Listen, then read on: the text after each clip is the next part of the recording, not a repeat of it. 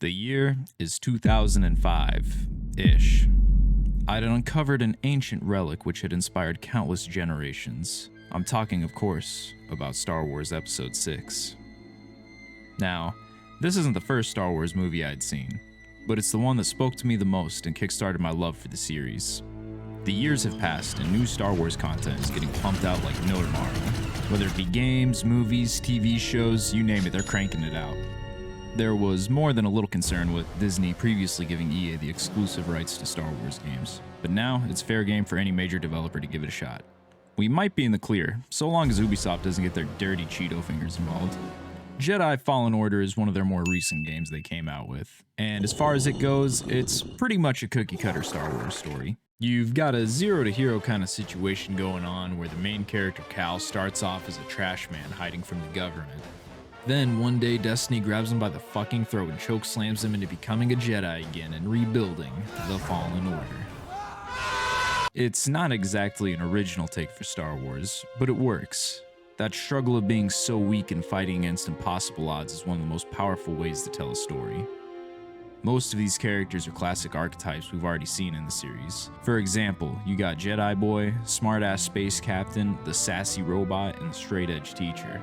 That being said, they aren't necessarily unoriginal themselves. Cal is struggling to deal with his traumatic past. Grease is a wholesome uncle hooked on gambling.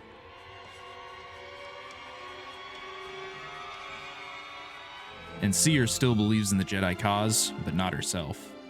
You know what makes a solid character? Existential dread. You take the content of the character and mix it with the animations from the cutscenes and you get something truly beautiful. The body language and facial expressions work together to amplify each character's emotions and deepens the content of each scene. Then something really strange happens.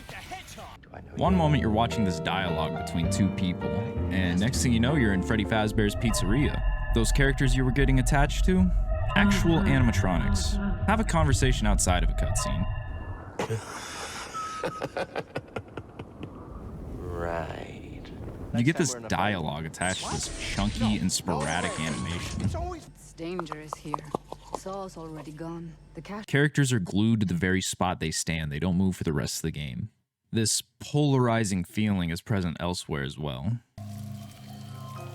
The amount of detail poured into the environments and backdrops is simply tremendous. Like, holy shit, I personally can't get over it. Never have I seen a view more exquisite than atop this tree.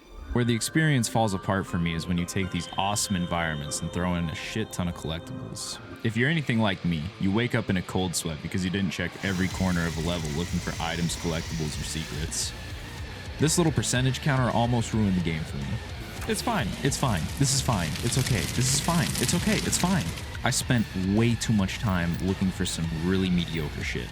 This is also how I ended up in the back rooms. Exploring No Clip Land was pretty fun, but it made the game feel that much more hollow and empty. It feels way too easy to get yourself thrown out of the map. This brings me back to that one time I stabbed a spider just a little bit too hard.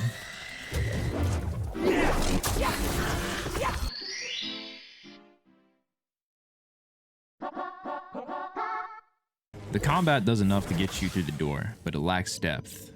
In the beginning, there's this feeling of weakness that adds a massive challenge to the overall gameplay. Anyone and everyone can give you the business. But once you get a feel for the parry timing, you're done. That's it. The combat has peaked. Mix that with some garbage AI and you get a really dry overall experience. That's not possible. I could take him myself. I think he's trying to run. Destroy him! Now don't get me wrong, it's fun to bully stormtroopers, but I need a little bit more. Initially, I thought an extensive combo system would fix this problem, but the core fundamentals revolving around striking, parrying, and dodging doesn't leave much room for any long drawn-out combos. That's why I came to the conclusion that they should have gave Cal a gun.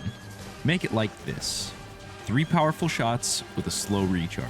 That would give an extra layer to the combat and get rid of this situation right here.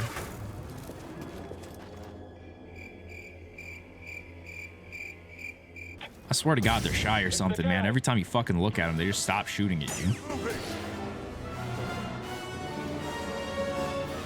Well, everybody except the rocket trooper. I can't hold me, Ted. Can you hit him? While I'm thinking about it, why can't I reflect a shot back to someone who's not on screen? If I have the ability to multitask and fight 6 guys at once, I definitely should be able to send a bullet back. This shit doesn't even make sense. If you're not facing them, it just doesn't get shot back at them, but the second you look at them, boom, there it goes. Going purely off the story and my love for Star Wars, the game is perfect. But having played it with my eyes open, I can't really say that. I gotta give Jedi Fallen Order a 3.2 out of 5. They clearly put a lot of love in this game, but it fell way too short. They had a lot more time with Jedi Survivor, so all we can do is hope they put twice as much love into the next one. Until then.